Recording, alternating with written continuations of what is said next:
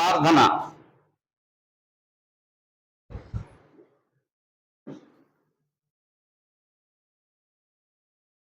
మా ప్రభువైన యేసుక్రీస్తు వారికి తండ్రి అయిన దేవా, ఆ ప్రభువును బట్టి ఆయన రక్తం ద్వారా మాకును తండ్రి మీకు స్తోత్రాలు. భూమి మీద సజీవులుగా ఉంచినందుకు కృతజ్ఞతలు. ఒకవేళ ఈ పాటికే మేము ఈ లోకాన్ని విడిచి వెడితే మార్పు చెందడానికి మాకు అవకాశం దొరికేది కాదు. మరి ఒక దినాన్ని మా జీవితంలో మీరు పొడిగిస్తున్నారు అంటే మార్పు చెందాలని, మీరు కోరినట్టుగా జీవించాలని, పరలోక పౌరులంగా భూమి మీద ఉన్నప్పుడే సభ్యత్వం, వారసత్వం, హక్కు సంపాదించుకోవాలని మీరు మాకు ఇచ్చిన అవకాశాన్ని బట్టి కృతజ్ఞతలు. ఈ అవకాశాన్ని సద్వినియోగం చేసుకోవడానికి మాకు సహాయం చేయమని ప్రార్థిస్తున్నాం. ఆరాధించడానికి చేరి వచ్చిన ప్రతి బిడ్డని జ్ఞాపకం చేసుకొని ఆశీర్వదించండి. కేవలం పాడడం మాత్రమే, వినడం మాత్రమే కాదు, కానీ ఆచరించేలాగా, మీరు కోరిన విధంగా జీవించేలాగా, మమ్మను బట్టి మీకు మహిమ కలిగేలాగా, లోకానికి వెలుగు కలిగేలాగా, మా మట్టుకు మేము తృప్తిగా ఉండేలాగా సహాయం చేయమని ప్రార్థిస్తున్నాం. పాడడం హృదయంతో పాడేలాగా, గంభీరంగా పాడేలాగా, మీకు మహిమ చెల్లించడానికి పాడేలాగా మేము సిద్ధపడటానికి సహాయం చేయండి. మీ సన్నిధిలో మీరు మాతో ఉన్నారని భయం కలిగి జీవించడానికి నేర్పించండి. అలవాటుగా, ఆచారంగా హాజరవడం కాకుండా భక్తి శ్రద్ధలతో మీ సన్నిధిలో నిలబడటానికి, కనబడటానికి సహాయం చేయండి. ఈ కార్యక్రమం అంతటి ద్వారా మీరు మహిమ పొందండి. ఎక్కడైనా నోటి మాట వలన కానీ, చేతి కార్యం వలన కానివ్వండి, తలంపు వలన కానివ్వండి, ఏ విధం చేతనైనా పొరపాటు చేస్తే దయతో ఆ పొరపాటును మాకు తెలియజేసి దిద్దుబాటు చేసుకునేలాగా, మార్పు చెందేలాగా మాకు నేర్పించండి. క్రమంగా, మర్యాదగా, మీకు మహిమకరంగా కార్యక్రమం జరిగించడానికి సహాయం చేయండి. యేసు ప్రభు నామం ద్వారా ఈ ప్రార్థన అడుగుచున్నాము తండ్రి, ఆమేన్. చేరి వచ్చిన మీకందరికీ, మనందరికీ ప్రభు అయిన యేసుక్రీస్తు వారి నామాన్ని బట్టి శుభాలు తెలియచేస్తున్నాను. గత వారంలో మనం ఒక మాట నేర్చుకున్నాం. ఏంటది?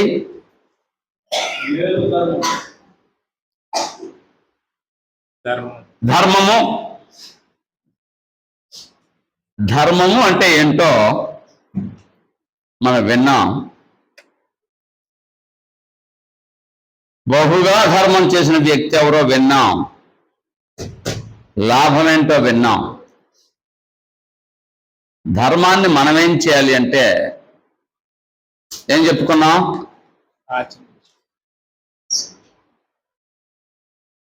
ధర్మము చేయ మరవద్దు, మర్చిపోవద్దు అని గ్రంథం ద్వారా మనం విన్నాం. చాలా వరకు జ్ఞాపకం చేసుకున్నందుకు మీ అందరికీ వందనాలు. చాలా జాగ్రత్తగా గుర్తుపెట్టుకున్నారు. ఆదివారం వచ్చేటప్పుడు మరొకసారి దాన్ని చూసి రండి, గుర్తుంటుంది. అప్పుడప్పుడు పుస్తకం రాసుకోవడమే కాదు, అప్పుడప్పుడు చూస్తుంటే ఊరకట్లా అవుట్లైన్ చూస్తే అర్థమవుతుంది పాఠం అంతా. నా నోట్లో ఆడుతుంది రాలేదంటారు. ఒక్కోసారి చిన్న పదం అందించామనుకోండి, ఏమవుతుంది? మొత్తం అంతా వస్తుంది. అలాంటిది జ్ఞాపకం అనేది. ఇవాళ మరొక మాట మనం వినబోతున్నాం. అదేమంటే నీతి. నీతి నీతి అనే మాటని నిర్వచించాలి అంటే ప్రవర్తనా నియమావళి. ఒక మనిషి ప్రవర్తన ఉంటుంది.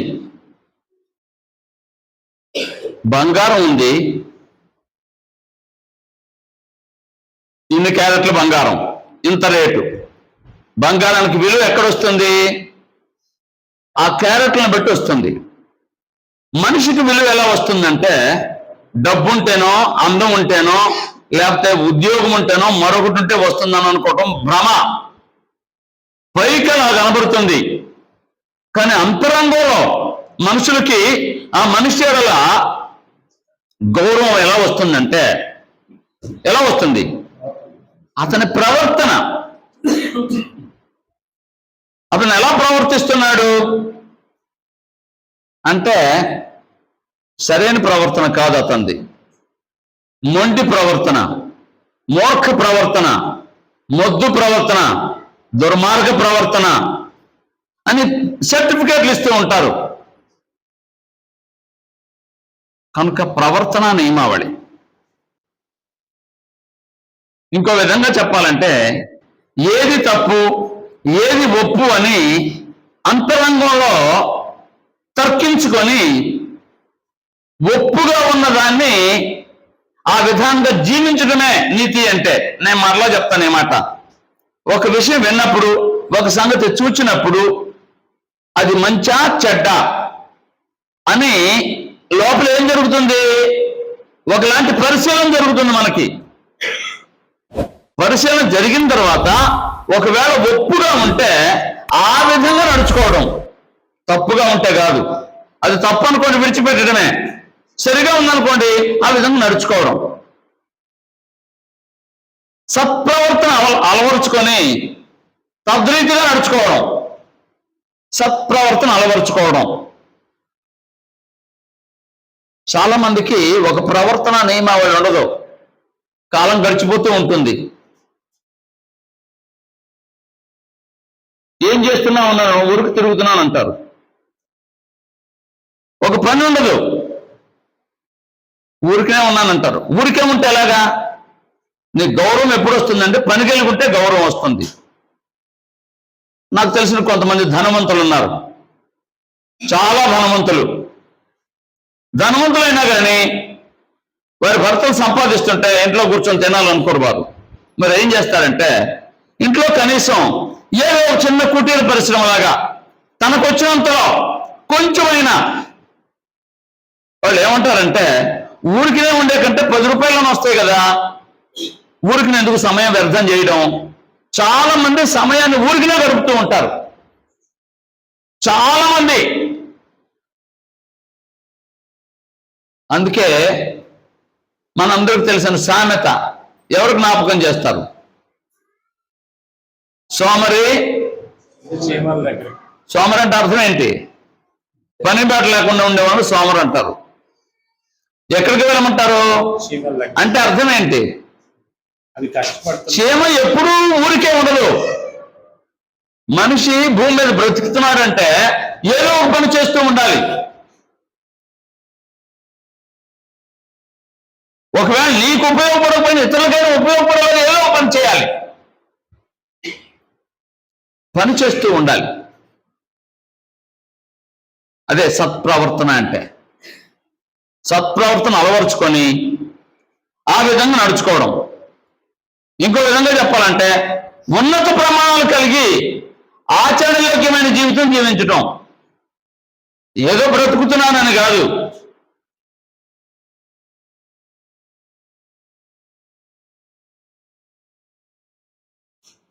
ఈ నీతి అనేది అప్పుడప్పుడు జ్ఞాపకం వస్తుంది కొంతమందికి. అలా ఉండాలి కదా అని అప్పుడప్పుడు జ్ఞాపకం రావడం కాదు, అది ఎల్లప్పుడూ మనల్ని ఆవరించి ఉండాలి. ఎల్లప్పుడూ నేను మాట్లాడుతున్నానా, అడుగు వేస్తున్నానా, పని చేస్తున్నానా, ఆలోచిస్తున్నానా, ఏమైనా ఎలా ఉండాలంటే నీతికి అనుగుణంగా ఉండాలి. ఇది సరైనదా కాదా అన్నట్టుగా ఉండాలన్నమాట. చాలాసార్లు మనుషులు స్నేహం చేస్తూ ఉంటారు. 4 రోజులు చేసిన తర్వాత 5వ రోజు విడిచిపెడతారు. ఎందుకు విడిచిపెట్టారంటే కారణాలు వెతుకుతుంటారు, ఎప్పుడెప్పుడు విడిచిపెట్టాలా అని. కారణాలు వెతికి విడిచిపెట్టడం కాదు, అర్థం చేసుకొని కొనసాగించడం నీతి అంటే. అవతల వ్యక్తిని అర్థం చేసుకోవాలి. భార్యాభర్తలు నూరేళ్లు కలిసి జీవిస్తున్నారంటే ఏం చేయాలి? అర్థం చేసుకుంటే కలిసి జీవిస్తారు. అర్థం చేసుకోవడం కాకుండా అపార్థం చేసుకుంటే ఎప్పుడు విడిచిపెట్టాలా, ఎప్పుడు ఏ అవకాశం దొరుకుతుందా నిందించడానికి లేదా దూషించడానికి లేదా తప్పు మోపడానికి అన్నటువంటిది వెదగడం కాదు, అర్థం చేసుకోవడానికి ప్రయత్నం చేయటం నీతి అంటే. యోసేపు అన్నాడు, మరియమ్మ గర్భవతిని వినబడింది, ఏం చేశాడు అతను? అయ్యో నాకు ఈ మాట వినబడింది, దొరికింది అవకాశం, విడిచిపెడదామని అనుకోలేదు అతను. అర్థం చేసుకోవడానికి ప్రయత్నం చేస్తున్నాడు. అర్థం చేసుకోవడానికి ప్రయత్నం చేస్తున్నాడు కాబట్టి, సైలెంట్ గా ఉన్నాడు కాబట్టి దేవుడు దూతనంపి ఏం చేశాడు? యోసేపు నువ్వు ఆలోచిస్తుంది నిజమే గాని అది ఇది కాదు, పరిశుద్ధాత్మలో గర్భవతి అయింది, చేర్చుకొని చెప్పడం జరిగింది. అంటే అతని మనసే సరిగా లేదనుకోండి, కఠినత్వం ఏర్పడింది అనుకోండి, కఠినుడికి దేవుడు చెప్పినా వినరు. ఒక్కోసారి కొందరు అంటుంటారు, అనకూడనమాట, నా చేతిలోంచి దేవుడు కూడా తప్పించలేడు నిన్ను అంటాడు. అంటే ఇతను ఏ స్థితిలో ఉన్నాడో మీకు అర్థమైందా? దేవుడి కంటే గొప్పవాడు అన్నట్టుగా. దేవునికి అసాధ్యం ఏది కాదు కదా. అంటే ఇతను లేదా ఈమె తనను తాను దేవుని కంటే ఎక్కువగా ఆలోచిస్తున్నారు అన్నమాట. రైట్.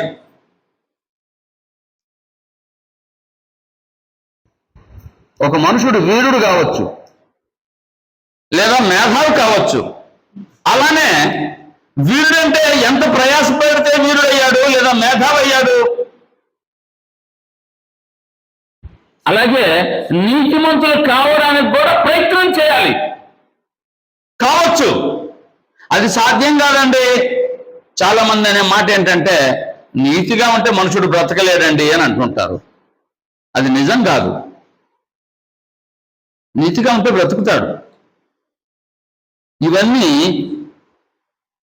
మనం చెప్పుకునే లోకంలో మాటలు చెప్పాను. ఏది అసాధ్యం కానిది లేదండి. ఏది అసాధ్యం కాదు అని అంటారు కొంతమంది. మీన్ సాధ్యం కాదు అంటుంటారు కొంతమంది. అది అసాధ్యం అని అంటుంటారు. మనసుంటే ఏదైనా సుసాధ్యం అవుతుంది. యేసుప్రభువు వారు చెప్పారు. ఏంటది? బాగా గుర్రుపెట్టి నిద్రపోయేవాడు చెప్తారు. యేసుప్రభువు వారు ఏం చెప్పారు? నమ్ముట నీ వలననైతే సమస్తము సాధ్యం అన్నాడా, కొంత సాధ్యం అన్నాడా? అది మనసుంటే మార్గం ఉందని తెలుగులో సామెత ఉంది.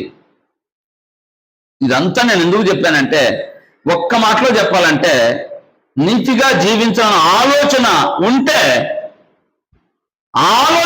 సాధ్యమవుతుంది. బైబిల్ దగ్గరకు వద్దాం. నీతి అంటే ఏంటో గ్రంథం ఏం చెప్పిందో చూద్దాం. ఇవన్నీ లోకంలో మాటలు చెప్పాను నేను. నీతి అంటే ఏంటి ఎవరు చెప్తారు? బైబిల్లో మాటలు. మంచి చెడు గుర్తించు, అది లోకంలో మాటలు. ఇప్పుడు దాకా చెప్పింది అవి తప్పని నేను చెప్పలేదండి.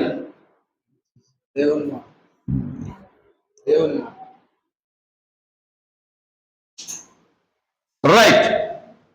89వ కీర్తన 14వ వచనం. 89వ కీర్తన 14వ వచనం.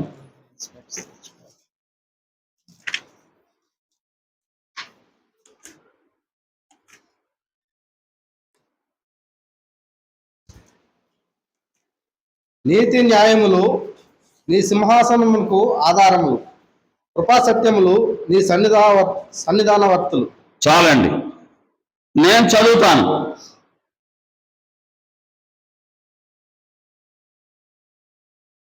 నీతి న్యాయములు నీ సింహాసనమునకు ఆధారములో. దేవుని సింహాసనం వేటి మీద ఆధారపడింది? నీతి న్యాయం. అంటే దేవుడే నీతి, దేవుని మాటే నీతి, దేవుని మాట నమ్మడమే నీతి. అసలు చక్కని మాట అండి.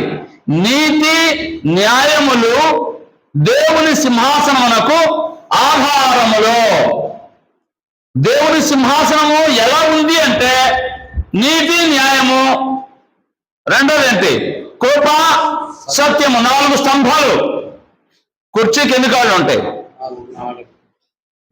సింహాసనానికి ఎన్ని కాళ్ళు ఉంటాయి? 4. దేవుని సింహాసనానికి 4 కాళ్ళు ఉన్నాయి. దేవుని సింహాసనానికి 4 కాళ్ళు ఉన్నాయి. ధర్మం 4 పాదాలు నడుస్తుంది అంటారే, అది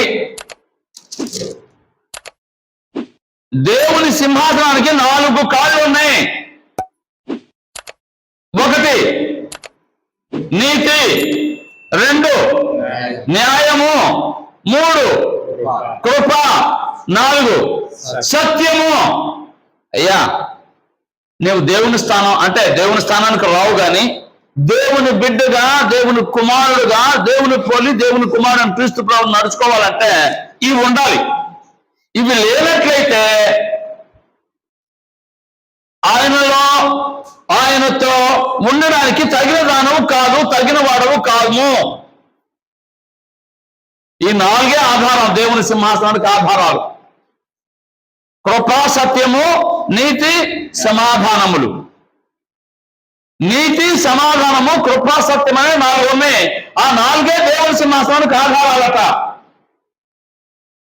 అట్లయితే ఇప్పుడు చెప్పండి, మనం దేవుని బిడ్డలమైతే ఈ 4 కలిగి ఉండాలి. ఏంటవి? నీతి న్యాయం, కృపా సత్యం కలిగి ఉండాలి మనం. 106వ కీర్తన 31వ వచనం కూడా చదువుదాం. 106:31. నిత్యము తరములన్నిటను అతనికి ఆ పని నీతిగా ఎంచబడెను. చాలండి. ఇది ఎవరి గురించి రాయబడిందో మీకు ఏమైనా ఐడియా వచ్చిందా? ఎవరు చెప్తారు? ఇంకోసారి చదువుదాం అయితే. 106వ కీర్తన 31వ వచనం. నిత్యము తరములన్నిటను తరములన్నిటను అతనికి ఆ పని నీతిగా ఎంచబడెను. ఎవరికి?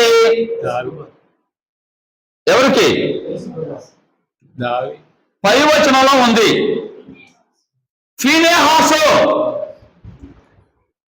ఫీనెహాసు ఏం చేశాడు? పాపం చేసిన వాడిని కత్తితో నరికి. ఫీనెహాసు ఏం చేశాడంటే ఇశ్రాయేలు మీదకి దేవుని ఉగ్రత వచ్చింది, తెగులు సంభవించింది. ఓ ప్రక్క నుంచి మనుషులు రాలిపోతూ ఉన్నారు. మన భాషలో చెప్పాలంటే అప్పుడప్పుడు పల్లెల్లో వాళ్ళు తిట్టుకుంటూ ఉంటారు, నీకు దూము తగల, నీకు కలరా రాను అని. అలాంటిది ఓ ప్రక్క నుంచి మనుషులు రాలిపోతూ ఉన్నారు, చనిపోతూ ఉన్నారు. ఫీనెహాసు చూశాడు. ఏంటి, ఎందుకు ఇలా జరుగుతుంది, ఏంటి కారణం అని ఆలోచన చేశాడు. ఆలోచిస్తూ ఉంటే ఒక మనుషుడు ఒక స్త్రీని తీసుకొని ఒక గుడారంలోకి తీసుకుని వెళ్ళాడు పాపం చేయటానికి. మనుషులందరూ చూస్తుంటే భయం లేకుండా, మనుషులందరూ చూసే సమయంలో ఆ స్త్రీని పట్టుకొని తీసుకువెళ్తా ఉన్నాడు, చేయబట్టుకొని. ఏంటి ఇంత విచ్చలవిడితనం, పాపానికి హద్దు లేదా, మంచి మర్యాద లేదా అనుకున్నాడు. పరుగెత్తుకుంటూ వెళ్ళాడు వాడు వెంట. ఇద్దరిని ఒక్క వేటుతో అలా పొడిచాడు, ఒకే ఒక పోటు. ఇద్దరు శరీరం దిగిపోయింది. దేవుడు మోషేని పిలిచాడు. మోషే ఇలా రా అన్నాడు. ఇంతమంది ప్రజలు ఉన్నారు. ఆ విధంగా విచ్చలవిడితనంగా పురుషులు, స్త్రీలు వాళ్ళు ఇష్టం వచ్చినట్టుగా, ఇష్టం వచ్చిన వారితో వ్యభిచారం చేస్తున్నారు. అది బిలాము బోధ అంటారు. బిలాము అలా చేయమని చెప్పాడు ఇశ్రాయేలుకి. అంటే ఇశ్రాయేలు చేత చేయించమని బాలాకు రాజుకు చెప్పాడు. బాలాకు తన ప్రజలకు చెప్పారు. విచ్చలుడు తన రాజు గారు ఆజ్ఞాపించాడు కాబట్టి ఇంక తప్పులేదు కాబట్టి వారైతే మోయాబీయులు ఇశ్రాయేలుతో సిద్ధంగా ఉన్నారు పాపం చేయడానికి. ఎప్పుడెప్పుడో ఎదురు చూస్తున్నట్టున్నారు వీరు. కలిశారు వారు వీరు. తెగులు వచ్చింది. అలా జరుగుతుంటే నాకు కూడా అవకాశం రాలేదని ఎదురు చూస్తున్నారేమో చాలా మంది. ఫినెహాస్ అయితే అయ్యో భయంకరంగా ఉంది ఇది అని వెళ్ళి అలా పొడిచాడు వీటితో. దేవుడు అన్నాడు మోషేతో, మోషే ఎంతమంది ప్రజలుంటే ఎవరు నా పక్షంగా ఆలోచించిన వారు లేరు, నాలాగా ఆలోచించిన వారు లేరు. నేను మరలా చెప్తాను ఈ మాట. నీతి న్యాయం కృప సత్యం, నీతిగా ఆలోచించిన వారు లేడు.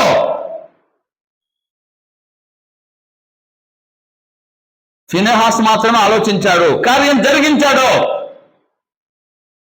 పాపానికి విముక్తి చేశాడు, నా ఉగ్రత ఆగిపోయేలాగా చేశాడు అని అన్నాడు.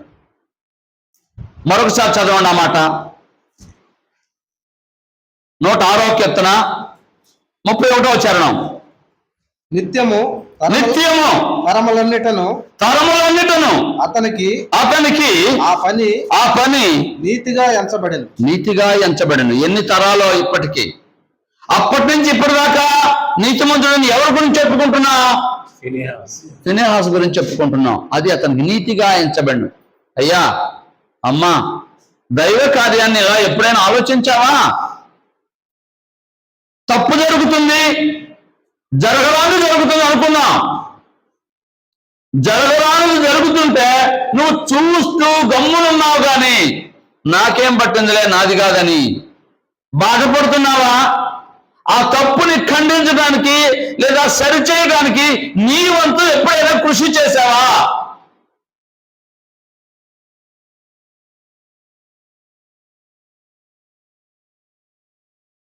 నా దగ్గర ఒక మనుషుడు అన్నాడు, ఇక్కడే ఉన్నాడు నా ఎదురుగానే. అప్పుడప్పుడు బాధేస్తుందండి ఆ సంగతులు తలంచుకుంటేనే అనుకుంటాడు. ఏమయ్యా అంటే అంతా అక్రమం జరుగుతుంది, దైవ కార్యం దైవ సంబంధంగా జరగడం లేదు, వారి ఇష్టానుసారంగా వారి ఇష్టం వచ్చినట్టుగా ప్రవర్తిస్తున్నారు అని అంటుంటారు. కనీసం బాధ, కొందరికి ఆ బాధ కూడా లేదు.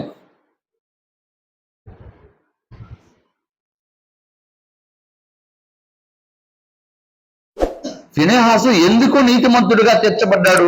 తరాలన్నట నీతిగా ఎందుకు ఎంచబడిందంటే ఆ పాప కార్యాన్ని, జరగరాని కార్యం జరుగుతూ సహించలేకపోయాడు. అక్కడికి వెళ్ళి చదువుదాం దేవుడు ఏమన్నాడో. సంఖ్యాకాండ గ్రంథం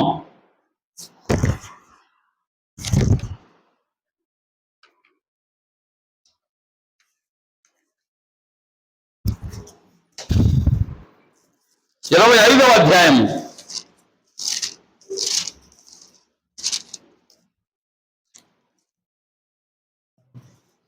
11వ వచనం. సంఖ్యాకాండ గ్రంథం 25వ అధ్యాయం 11వ వచనం. వారి మధ్యను నేను ఓర్వలేని దానిని తాను ఓర్వలేకపోవటం వలన, ఫినెహాసు ఓర్వలేకపోవటం వలన ఇశ్రాయేలు మీద నుండి నా కోపము మళ్ళించెను. కనుక నేను ఓర్వలేక ఇశ్రాయేలీయులను నశింపజేయలేదు. చాలండి, నేను ఓర్చుకోలేకపోయాను. అలాగే ఎవరు ఓర్చుకోలేకపోయారు? ఫినెహాసు ఓర్చుకోలేకపోయాడు, జరిగేటువంటి పాపాన్ని ఓర్చుకోలేకపోయాడు. పాప కార్యాలు జరుగుతుంటే, చెడ్డ జరుగుతుంటే, అవినీతి జరుగుతుంటే, ప్రభుత్వాలు మారినప్పుడు సాధారణంగా మాట్లాడే మాట ఏంటంటే గత ప్రభుత్వం అవినీతి జరిగించింది, అవినీతి అంతా తోడాలి అంటారు. తప్పుగా అది మంచి మాటే. అంటే అవినీతి జరగడం అనేది మంచిది కాదు అని వచ్చిన ప్రభుత్వం మాట్లాడుతుంది. ఇక్కడే కాదు, ఎక్కడైనా అది మంచి విషయమే. అంటే అవినీతి జరగడం ప్రజలకు మంచిది కాదని చెప్పకనే చెప్తున్నారు వారు. దేవుడు కూడా అవినీతిని సహించడు, నీతిగా ఉండాలని కోరుకుంటాడు.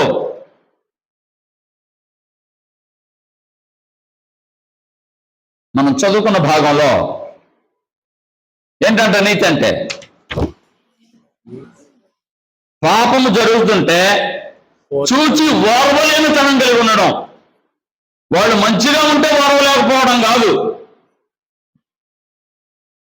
పాపం జరుగుతుంటే వారి బాధపడటం, సాధ్యమైతే అది ఎలా అరికట్టాలో తన చేతనైతే తన పరిధిలో ఆలోచించి ప్రవర్తించడం. అది నీతి అంటే. నీతి అంటే అది. మరొక మాట విందాం. ద్వితీయోపదేశకాండ గ్రంథం 4వ అధ్యాయం 6వ వచనం. ద్వితీయోపదేశకాండ గ్రంథం 4వ అధ్యాయం 6వ వచనం.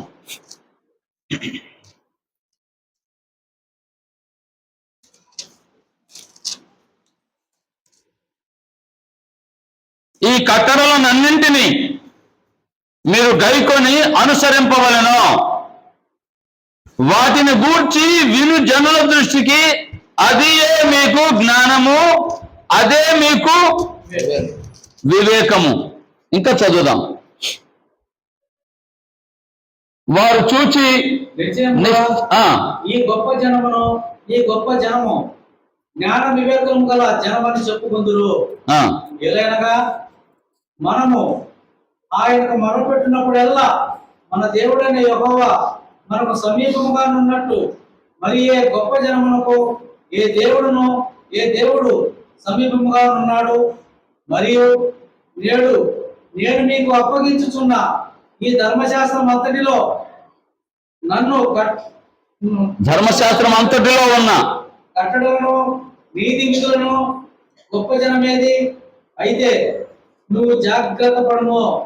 నీవు కన్నులారా చూసిన వాటిని మరొకై ఉన్నట్లును అవి నీ జీవిత కాలం అంతయు నీ హృదయంలో నుండి తొలగిపోకుండా.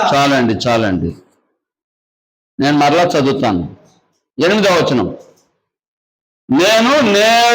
నేను మీకు అప్పగించుచున్న ఈ ధర్మశాస్త్రం అంతటిలో ఉన్న కట్టడలను నీతి విధులు గల గొప్ప జనమేది. మరలా చదువుతాను. కట్టడలను నీతి విధులు గల గొప్ప జనమేది అంటే దేవుని ఆజ్ఞలు పాటించడమే నీతి. సరిగా చెప్పాలంటే దేవుడు ఆజ్ఞాపించాడు. మనం ఇందాక చదువుకున్నాం. దేవుని సింహాసనానికి ఆధారం ఏంటి? నీతి. కాబట్టి దేవుడు ఆజ్ఞాపించిన మాటలు నీతి. ఆ మాటలు ఆచరించడమే లేదా జరిగించడమే నీతి. దేవుని ఆజ్ఞలు లేదా నీతి విధులు ఆచరించడమే ఏంటది? నీతి. 3 మాటలు చెప్పుకున్నాం. దేవుని సింహాసనానికి ఆధారమే నీతి. 2వ మాట, తరములన్నిటా నీతిగా ఎంచబడింది. ఏంటది? పాపమును ఓర్వలేనితనము. 3వ మాట, దేవుని ఆజ్ఞలన్నీయు నీతి. సరే, నీతిమంతులు ఎవరో గ్రంథం ఏం చెప్పిందో 2-3 నేను ముందు ఉంచుతాను. నీతిమంతులు ఎవరో గ్రంథం ఎవరిని నీతిమంతులు అన్నదో నేను ముందుంచుతాను. ఆదికాండ గ్రంథం 15వ అధ్యాయం 6వ వచనం. ఆదికాండ గ్రంథం 15వ అధ్యాయం 6వ వచనం. అతడు యెహోవాను నమ్మెను, ఆయన అతనికి నీతిగా ఇచ్చెను. అబ్రహాము దేవుని నమ్మెను, ఆయన అంటే దేవుడు అతనికి దానిని దేనిని? దేవుని నమ్మడాన్ని నీతిగా ఎంచెను. దేవుని నమ్మడమే నీతి అని చెప్పుకున్నాం కదా. ఇప్పుడు దేవుని మాటలు నమ్మాడు కాబట్టి అబ్రహాం ఏమన్నారు? నీతిమంతుడు అన్నారు. దేవుని మాటలు నువ్వు నమ్మితే నీతిమంతుడు అవుతావు, నీతిమంతురాలు అవుతావు. మరొక మాట విందాం.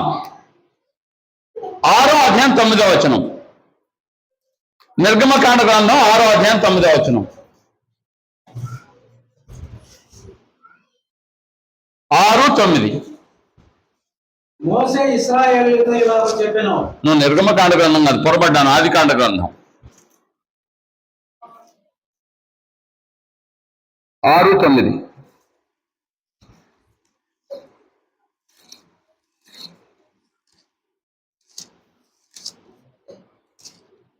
ఆదికాండ గ్రంథం 6వ అధ్యాయం 9వ వచనం. నోవహు వంశావళి ఇదే. నోవహు నీతిపరుడును తన తరములలో నిందారహితుడై ఉండెను. ఆగండి, ఏంటంట? నోవహు ఎవరంట? నీతిపరుడు. ఎట్లా నీతిపరుడయ్యాడు?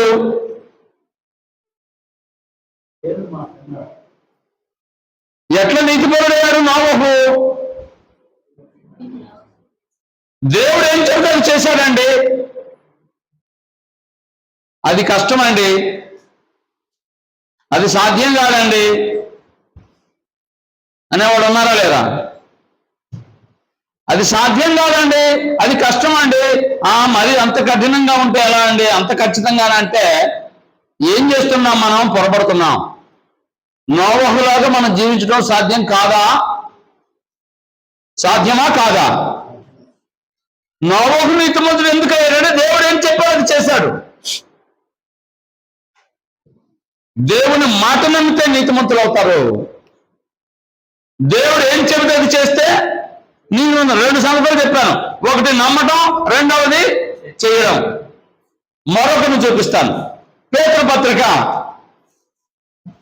పేతురు రాసిన 2వ పత్రిక 2వ అధ్యాయము 7వ వచనం. పేతురు రాసిన 2వ పత్రిక 2వ అధ్యాయం 7వ వచనం. దుర్మార్గుల కామ వికారమైన నడవడి చేత బహు బాధపడిన నీతిమంతులకు లోతును తప్పించెను. చాలండి, మరొకసారి నేను చదువుతాను. దుర్మార్గుల కామ వికారయుక్తమైన నడవడి చేత, దుర్మార్గుల కామ వికారయుక్తమైన నడవడి చేత ఏంటది? బహు బాధపడిన నీతిమంతుడకు లోతు. జాగ్రత్తగా మీరు గమనిస్తే లోతు కాలం ఎటువంటిది అంటే, లోతు కాలంలో ప్రజలు ఎటువంటి వారు అంటే, మీకు అమెరికా ప్రెసిడెంట్ ఎవరిప్పుడు? బైడెన్ కదా. అంతకు మునుపు ఎవరు? ట్రంప్. వాళ్ళ సంగతి మనకి ఎందుకు అంటారా? కంపు కాదు, ట్రంప్. అంతకు మునుపు ఎవరు? బాగా గుర్తుపెట్టుకున్నారు. ఒబామా ఎందుకు గెలిచాడో తెలుసా మీకు? ఒక్కోసారి గెలవటానికి ట్రిక్స్ ఉపయోగిస్తారు రాజకీయ నాయకులు.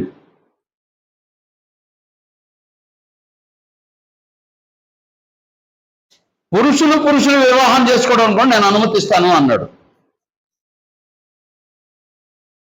చట్టబద్ధం చేస్తాను అంటాడు అతను.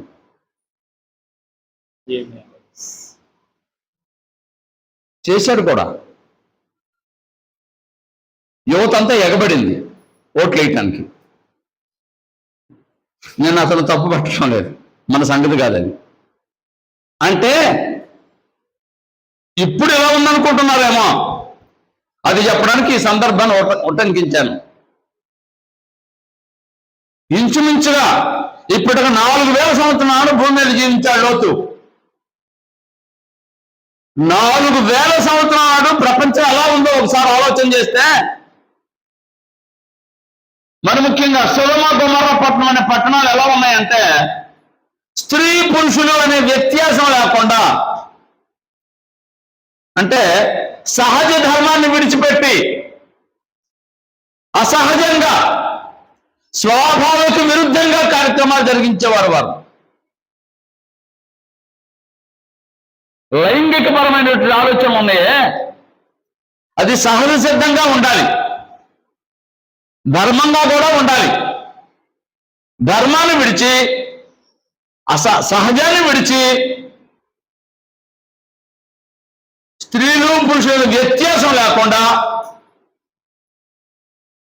లైంగికంగా ఆలోచించేవారు వారి కోరికలు తీర్చుకోవడానికి. ఎవరు వారు? సొదొమ గొమొర్రా పట్టణాల్లో ప్రజలు. ఎంత భయంకరమైన వారు అంటే వారు, ఇద్దరు మనుషులు సాయంకాలం కూడా సొదొమలో ఉన్న లోతు ఇంటికి వచ్చారు.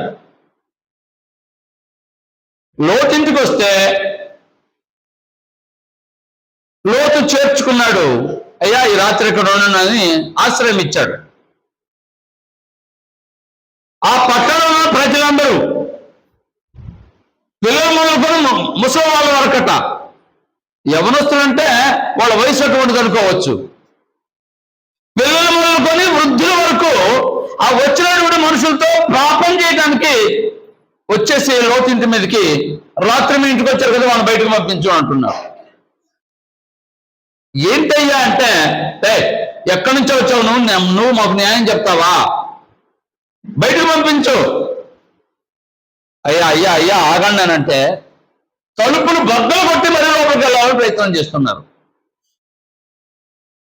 దేవుడు తప్పించాడు. తరువాత విషయం ఇంతకు అక్కడ జరిగింది ఏంటి? దుర్మార్గుల కామ వికారయుక్తమైన నడవడి కలిగిన ప్రజలు వాళ్ళు. అక్కడ ఉంటున్నాడు అంటే, అతని కుటుంబం అటువంటి స్థితిలో ఉన్నది అంటే, ఆయన ఏం చేస్తున్నాడంట? బహు బాధపడిన లోతు. ఎందుకు బాధపడుతున్నాడు? అయ్యా అలా చేయకూడదు, అది ధర్మం కాదు, అది న్యాయం కాదు, అది నీతి కాదు అని చెప్తుంటే ఎవరు వినేవారు లేరు. అతన్ని తలుపులు వదలగొట్టి అతని ఇంట్లో దొమ్మిగా ప్రవేశించడానికి సిద్ధమయ్యారు ఆ పట్టణ ప్రజలు. అంత భయంకరమైన స్థితి అన్నమాట. అయితే ప్రజలంతా అలా ఉంటే గుర్తుపెట్టుకోండి, ఆ ప్రాంతంలో, ఆ పట్టణంలో, ఆ కాలంలో ప్రజలంతా అలా ఉంటే లోతు కుటుంబం మాత్రమే నీతిని అనుసరించడం సాధ్యమా? సాధ్యమా? సాధ్యమే నిరూపించాడు. ఎవరతను? ఇప్పుడు చెప్పండి. కష్టమండి. అందరూ అలా ఉన్నప్పుడు మనం చేయకపోతే ఎలా అండి? మనల్ని ఏమైనా అనుకుంటారండి? ఇది ఒక సాకు. అందరూ చేశారు, మనం చేయకపోతే మనం ఏమైనా అనుకుంటారని సాకు ఒకటి ఉంది. సాకు చెప్పొద్దు. నీ బుద్ధిని మార్చుకోవాలి. బుద్ధి. సొదొమలో ఉన్న ప్రజలందరూ చెడ్డవారే. అందరా కొందరా? నాకు తెలిసి అందరూ అని రాయబడింది. అందరూ లోతు కుటుంబం మాత్రమే నీతిని అనుసరించిందంటే సాధ్యమా? సాధ్యం కాదంటే సాధ్యమే. ఎన్ని విధాలుగా వారిని బాధ పెట్టారో, ఎన్ని విధాలుగా వారిని ఇబ్బంది పెట్టడానికి ప్రయత్నం చేశారో వాటన్నింటినీ అధిగమించి నీతిని కాపాడుకున్నాడు. ఎవరతను? లోతు. నేను ముగ్గురిని చెప్పాను. మొదటి వాడు నోవహు. ఆయన ఏం చెప్తే చేశాడు.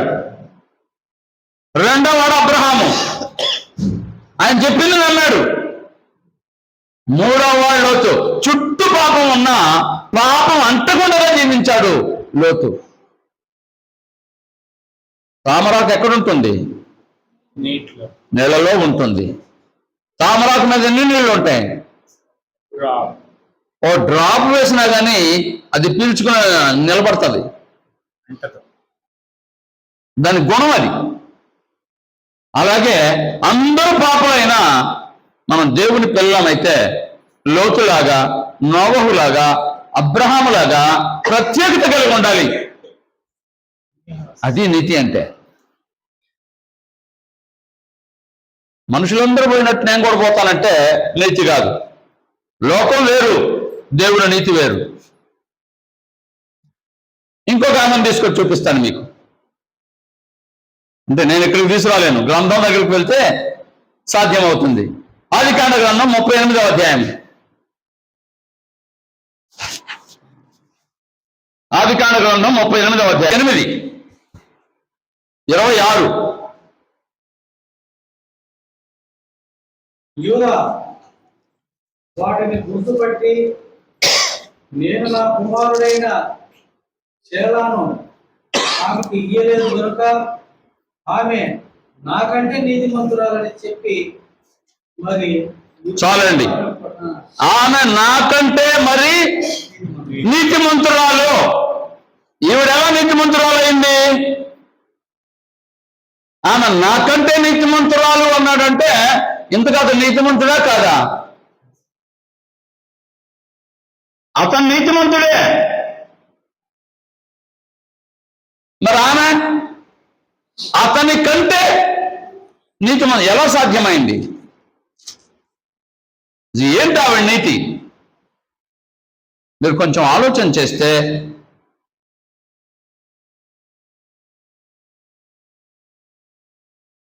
యాకోబు ఏమని ఆశీర్వదించాడంటే 12 గోత్రాలు అంటే తన కుమారులను ఆశీర్వదించాడు యాకోబు చనిపోక మునుపు. ఏమని ఆశీర్వదించాడంటే యూదాలో నక్షత్రం వెలుస్తుంది అన్నాడు. యూదాలో రక్షకుడు వస్తాడు అని చెప్పాడు. ఎలా చెప్పాడయ్యే యాకోబు అంటే ఇస్సాకు చెప్పాడు.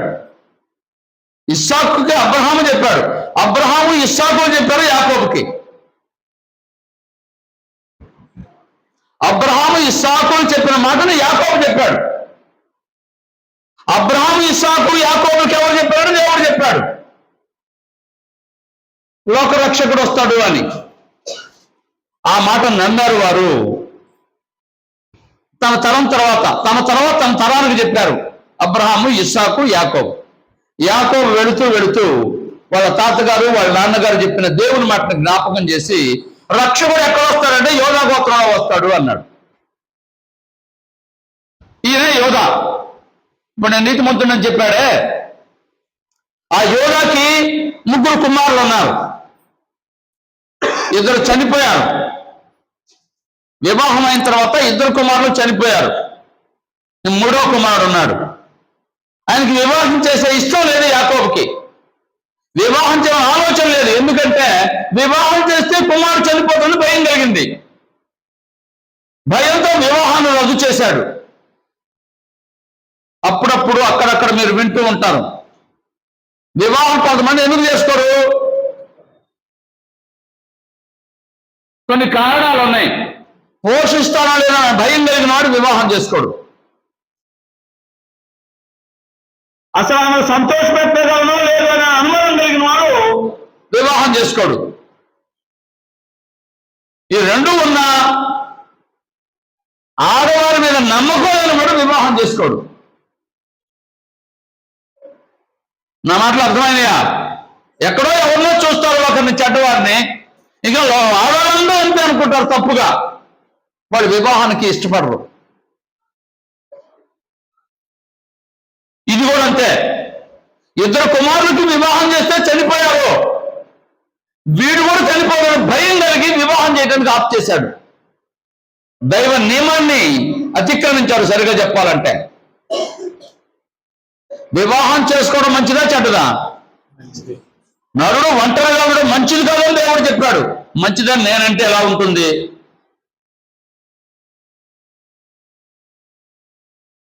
వివాహం చేయకుండా ఆగాలనుకున్నాడు యోధా. తన కుమారుడికి వివాహం చేయలేదు.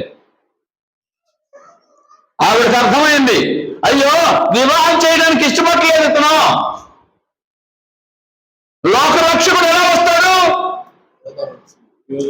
లోకరక్షకుడు రావాలంటే ఏం కావాలి? అక్కడి నుంచి సంతానం రావాలి, సంతానోత్పత్తి జరగాలి. సంతానోత్పత్తి జరగకపోతే లోకరక్షకుడు రాదు. లోకరక్షకుడు రావాలంటే ఏ విధం చేతనైనా ఆ ప్రవచనాన్ని దేవుడు చెప్పిన మాట నెరవేర్చాలని ఆవిడ పనికి ఒడిగట్టింది. అది ఎరిగినటువంటి యోధా అంటున్నాడు, అమ్మో ఈమె మామూలు మనిషి కాదు, నాకంటే నీతిమంతురాలని చెప్పింది. అంటే దేవుని వాక్యం నెరవేర్చబట్టానికి, దేవుని వాగ్దానం నెరవేర్చబట్టానికి, దేవుని ప్రణాళిక కొనసాగించడానికి నీ వంతు నీవు కృషి చేయాలి. ఆవిడ చేసింది. అందుకే ఆవిడ నీతిమంతురాలుగా గ్రంథం చెప్పింది. రైట్. 2 మాటలు మనం విన్నాం. నీతి అంటే ఏంటో విన్నాం, నీతిమంతులు ఎవరో విన్నాం. ఇంకొక మాట వినబోతున్నాం. నీతి ఎలా వస్తుంది? నీతి మనకి ఎలా వస్తుంది? చదువుదాం అన్నమాట. ద్వితీయోపదేశకాండ గ్రంథం 6వ అధ్యాయము 25వ వచనం.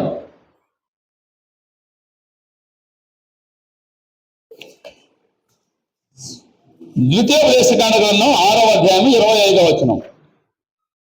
మన దేవుడైన యెహోవా మనకు ఆజ్ఞాపించినట్లు ఆయన సన్నిధిని ఈ ఈ సమస్తమైన ఆజ్ఞలను అనుసరించి మనం నడుచుకున్నప్పుడు మనకు నీతి కలుగును. అద్భుతమైన మాట అండి. ఇశ్రాయేలుతో దేవుడు మాట్లాడుతున్నాడు మోషే ద్వారా. అయ్యా, దేవుడు ఏమైతే ఆజ్ఞాపించాడో ఆజ్ఞాపించినట్లు ఆయన సన్నిధిని ఈ సమస్తమైన ఆజ్ఞలను అనుసరించి మనము నడుచుకున్నప్పుడు మనకు నీతి కలుగును. ఏం కలుగుతుందంట? నీతి కలుగుతుంది. ఎప్పుడు నీతి కలుగుతుంది? దేవుడు ఆజ్ఞాపించిన ఆజ్ఞలన్నీ ఆచరిస్తే.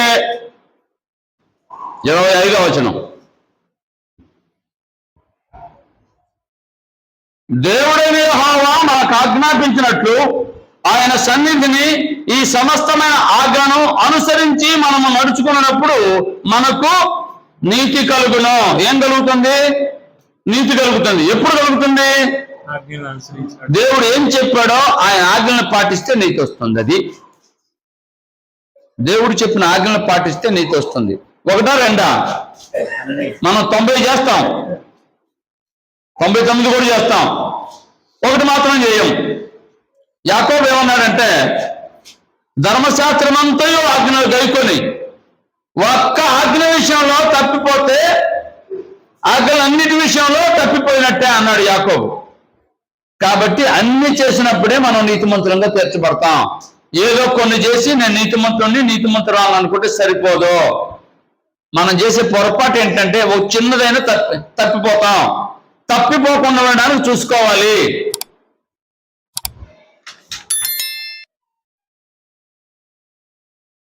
అదే ఉన్నత ప్రమాణాలు కలిగి జీవించడం అంటే, నాకు ఏమైతే ఆజ్ఞాపించబడిందో దాని చొప్పున నడుచుకోవాలని తీర్మానం నీకుంటే ఖచ్చితంగా జరిగిస్తావు. ఎలాగో ఒకలాగలే అనుకుంటే జరిగించలేవు, తప్పిపోతావు. నేను మరలా చెప్తున్నాను. ఏం చేయాలంట? మరలా చదువుతాను. ఆజ్ఞాపించినట్లు సమస్తమైన ఆజ్ఞలను అనుసరించి నడుచుకున్నప్పుడు నీతి కలుగుతుంది. 1, 2 కాదు, సమస్తమైన ఆజ్ఞలు గైకుంటే అది ధర్మశాస్త్రం. మరి క్రొత్త నిబంధన నేను చెప్తా చూద్దాం. అపోస్తలుల కార్యాల గ్రంథం 13వ అధ్యాయం 39వ వచనం. అపోస్తలుల కార్యాల గ్రంథం 13వ అధ్యాయం 39వ వచనం.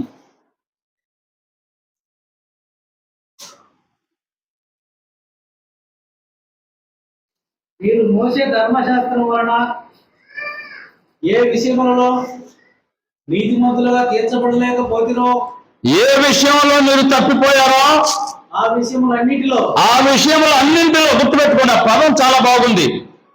తప్పిపోయారు వాటన్నింటిలో, అన్ని విషయములలో విశ్వసించు ప్రతి వాడును యేసు ప్రభు వలనే నీతిమంతులుగా తీర్చబడుదని. అది పాత నిబంధన ప్రకారంగా ఇశ్రాయేలీయులు నీతిమంతులుగా తీర్చబడటం సాధ్యం కాలేదు. ఎందుకంటే ధర్మశాస్త్రం వారు ఆచరించలేకపోయారు. కఠినంగా ఉండట, మొయ్యలేని కాడిగా ఉండట, వాళ్ళకి బరువుగా ఉండదు ధర్మశాస్త్రం. అయితే క్రొత్త యేసు ప్రభువు వచ్చి మరొక నిబంధన ఇచ్చాడు. అది భారంగా ఉంది కాబట్టి ఈయనేం చేశాడంటే, చదువుదాం అన్నమాట. మత్తయి సువార్త 11వ అధ్యాయము 28వ వచనం, 29వ వచనం.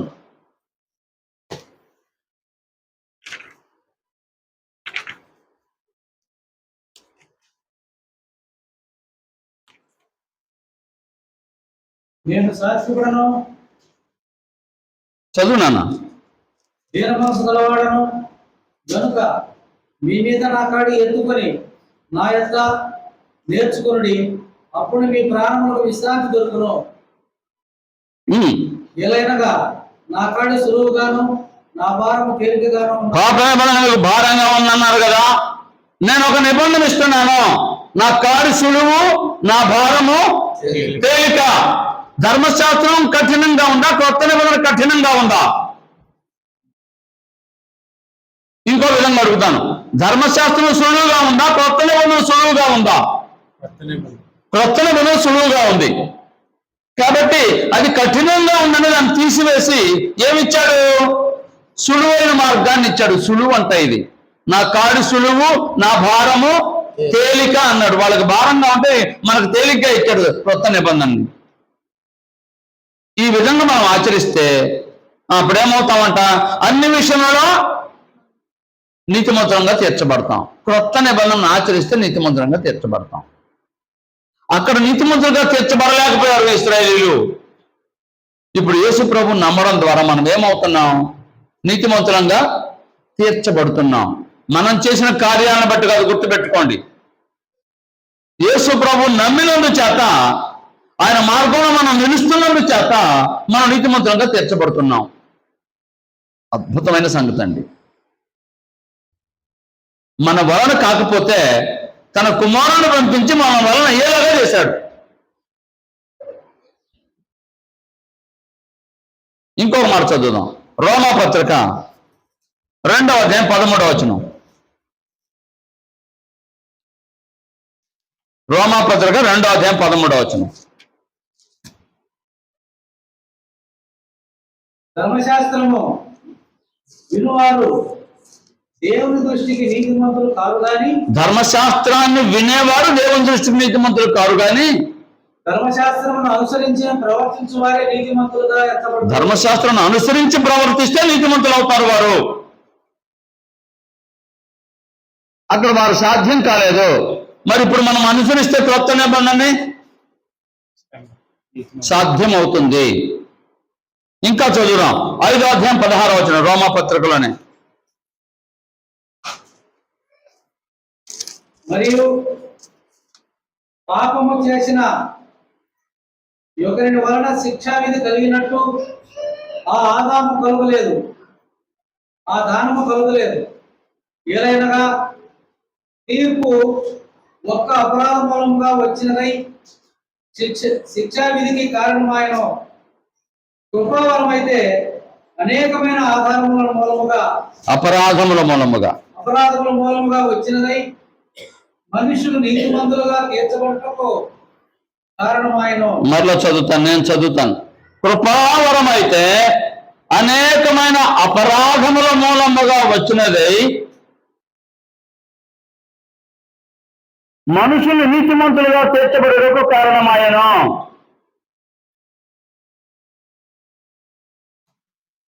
మరలా జాగ్రత్తగా వింటే అర్థమవుతుంది.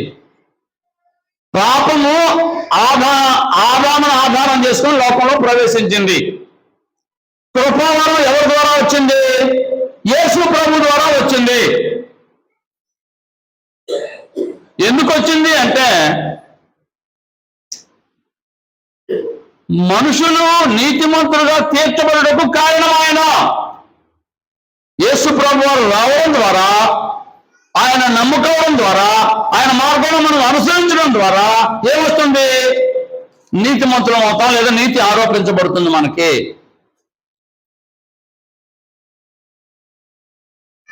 పంతొమ్మిదవ వచనంలో కూడా అదేముంది.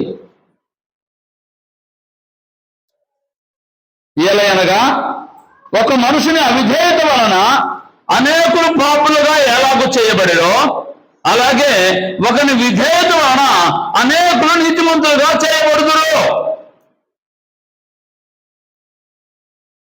నేను నిన్నటి వారం మనం విన్నాం, విధేయులు అవిధేయులు. విధేయులు అంటే దేవుని పిల్లలు, అవిధేయులు అంటే అపవాది పిల్లలు.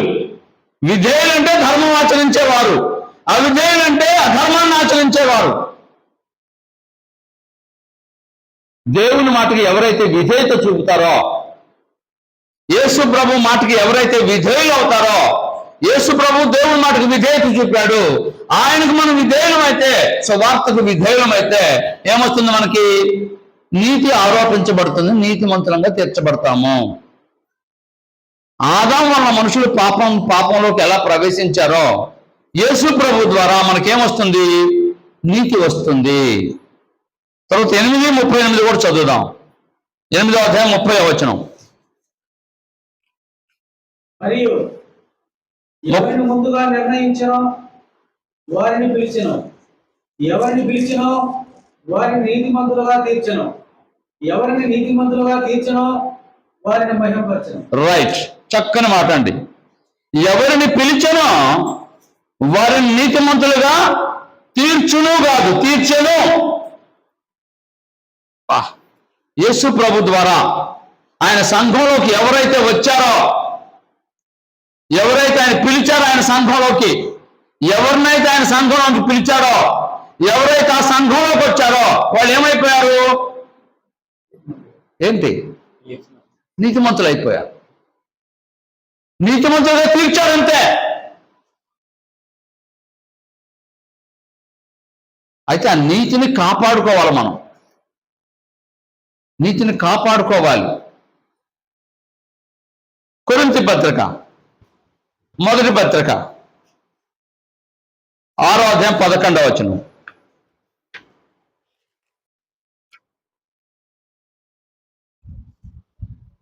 దేవుని రాజ్యమునకు వారసులు కానేరరు. మీలో కొందరు అట్టివారై ఉంటారు కానీ ప్రభువైన యేసుక్రీస్తు నామమును మన దేవుని ఆత్మయందును మీరు కడగబడి పరిశుద్ధపరచబడిన వారై నీతిమంతులుగా తీర్చబడితే.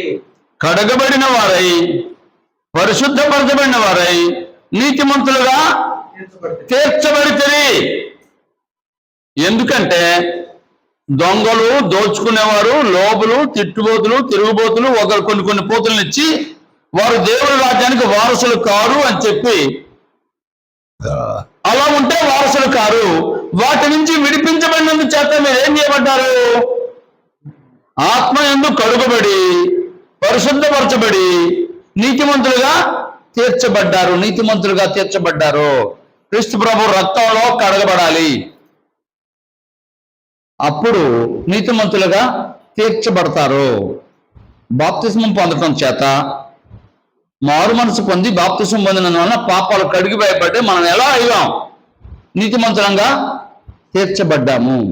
అయితే నీతిమంతులుగా తీర్చబడిన మనం మరలా పంది బురదలోకి వెళ్ళినట్టు, కుక్క వాంతికి తిరిగినట్టు మనం పాపానికి పోకూడదు. మరలా తిరిగి వెళితే ఆ నీతిలో నిలబడిన వాళ్ళం కాము. ఇంకొక మాట చెప్పి ముగిస్తాను. గలతీ పత్రిక 3వ అధ్యాయం 8వ వచనం. గలతీ పత్రిక 3వ అధ్యాయం 8వ వచనం.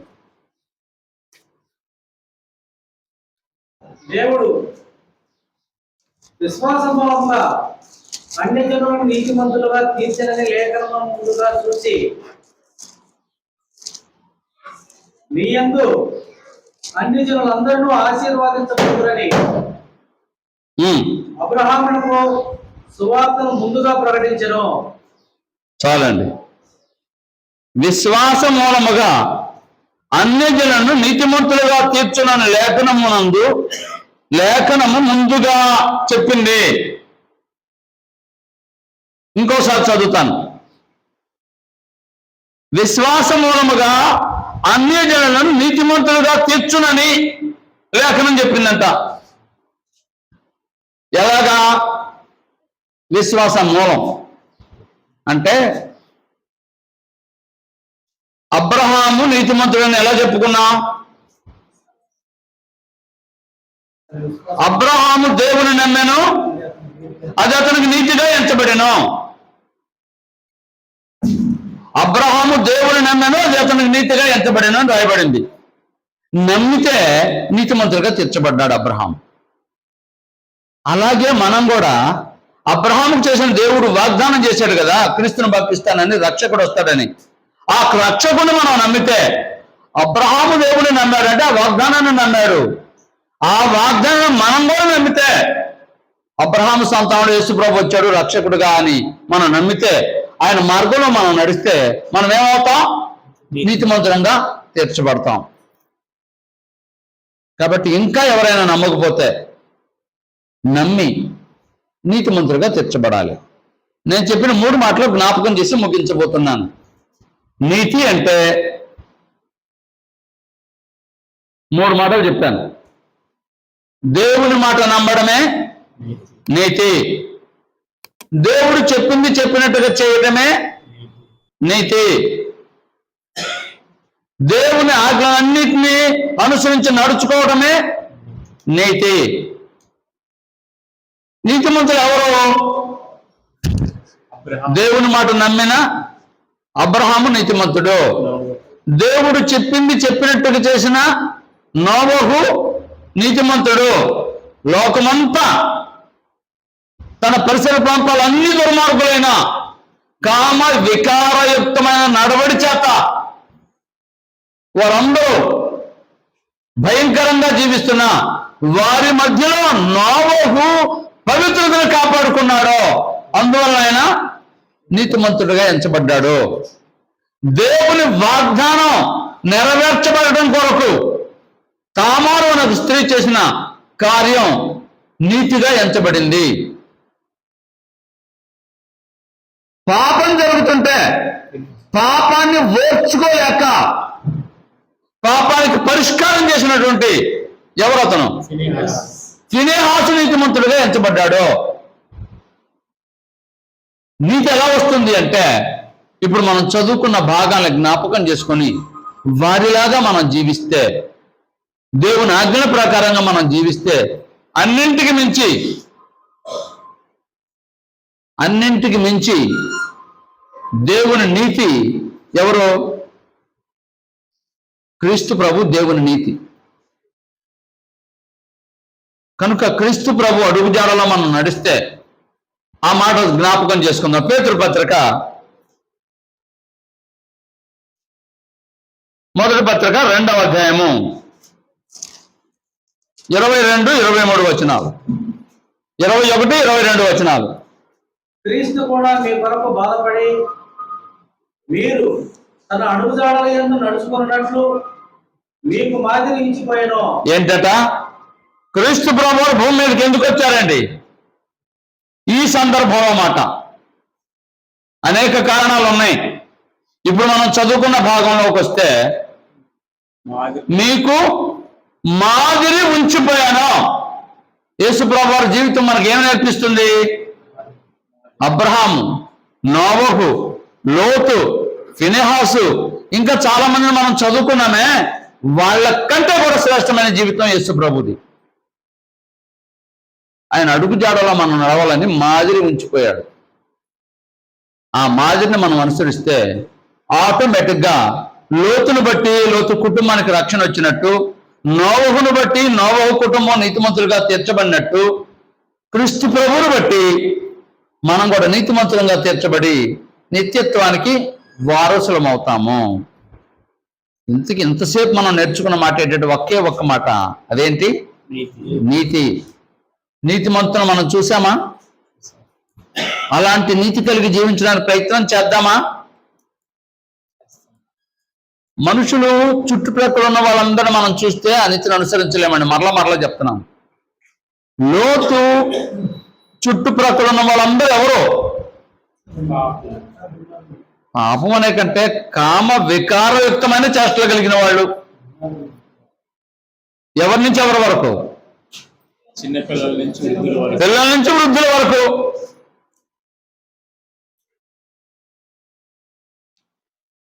అంటే ఇప్పుడుతో ఆ కాలాన్ని పోల్చితే బెటరా కాదా చెప్పండి? నాకైతే బెటర్ అనిపిస్తుంది ఇప్పుడు కాలం. అటువంటి కాలంలో అవుతున్నాడు నీతిమంతుడు, నీతి కాపాడుకున్నాడు. దేవుడు ఇవాళ మనకిచ్చిన అవకాశం ఎంత గొప్పది అంటే, అబ్రహాము ఎంత జాగ్రత్తగా ఉంటున్నప్పటికీ ఇబ్బందులు ఉన్నాయి అతనికి. లోతుకి ఇబ్బందులు ఉన్నాయి. అసలు ఆ కాలంలో చాలా ఇబ్బందులు ఉన్నాయి. ఇవాళ నీకే ఇబ్బంది లేదు. నిజం చెప్పాలంటే నీకున్న స్వాతంత్ర్యం వారికి లేదు. నీకున్నటువంటి అంటే వసతులు వారికి లేవు. అయినా వారు నీతిని అనుసరించారు. నువ్వు ఇంకా నీతిమంతుడు కావడానికి, నీతిమంతురాలుగా ఉండడానికి ప్రయత్నం చేస్తే సాధ్యమా కాదా? సమస్తము సాధ్యమవుతుంది కనుక నీతిమంతులంగా ఉండాలని తెలియజేస్తూ, నీ నీతిని బట్టి ఏం జరుగుతుందయ్యా అంటే, మరొక రోజు నీతికి ఫలితం ఏంటో ఇంకోసారి విందాం. నిన్ను బట్టి లోకం దేవుని దగ్గరకు ఆకర్షించబడాలి, ఆ విధంగా జీవించాలని, నీతిమంతురాలుగా నీతిమంతుడుగా ఉండాలని తెలియజేస్తూ అందరికి వందనాలు చెప్తూ ముగిస్తున్నాను. ప్రార్థన. ఘనుడైన తండ్రి, మహోన్నతుడగు దేవా, మీ ఉన్నతమైన పూజార్హమైన నామాన్ని బట్టి మా తలలో వంచుతున్నాం. ఈ మధ్యాహ్నం మందు ఈ విధంగా చేరి ప్రార్థించటానికి, కీర్తించటానికి, గ్రంథాన్ని ధ్యానించటానికి, మా ప్రభు బలలో పాల్గొనడానికి, మా ప్రేమను కానుక ద్వారా కనబరచడానికి మాకు ఇచ్చిన అవకాశాన్ని బట్టి స్తోత్రాలు. చక్కగా పాడారు, మీకు స్తోత్రం. మీ మాటలు విన్నాం, నీతి అంటే ఏంటో మాకు తెలియచేశారు, అందుకు స్తోత్రం. మీ దాసుడు ప్రార్థించినట్టుగా అబ్రహాము, ఇస్సాకు, యాకోబుల కంటే నీతిమంతుడైనటువంటి ప్రభువుని మేము గురిగా పెట్టుకొని ప్రభువులాగా జీవించడానికి మాకు నేర్పించమని మనవి చేస్తున్నాం. మీ పని కొరకు మేము కానుకలు ఇచ్చాం, ఆ కానుకలు మీ పని కొరకు విస్తరింపజేసేలాగా మాకు తగిన జ్ఞానం ఇవ్వండి, ఎలా ఖర్చు పెట్టాలో. అలాగే ఇంకా అనేక మంది సంఘానికి వచ్చి వాక్యాన్ని ఆత్మ సంబంధంగా బలపడేలాగా, సంఘం అభివృద్ధి చేసేలాగా మీరు మాకు తగిన జ్ఞానాన్ని ఇవ్వమని ప్రార్థిస్తున్నాం. నూతనంగా వచ్చిన వారిని దీవించండి. మరి ఇంకా అనేక మంది సంఘంలో చేరేలాగా, నిత్యత్వానికి సిద్ధపడేలాగా మేమేమి నడుచుకోవాలో, ఏమి బోధించాలో, ఏమి చేయాలో, ఎలా చేయాలో మాకు తగిన ఆలోచనలు ఇవ్వండి. తిరిగి విడిచిన బిడ్డలందరితో మీ ఆశీర్వాదాలు ఉంచండి. మీ చిత్తమైతే పలుమార్లు మేము కలుసుకొని గ్రంథాన్ని ధ్యానించేలాగా, ఆరాధించేలాగా, ఆత్మ సంబంధంగా మేము పరిపూర్ణం కావడానికి మాకు నేర్పించండి. యేసు ప్రభు వారి నామం ద్వారా ఈ ప్రార్థన అడుగుచున్నాము తండ్రి. అందరికీ వందనాలండి.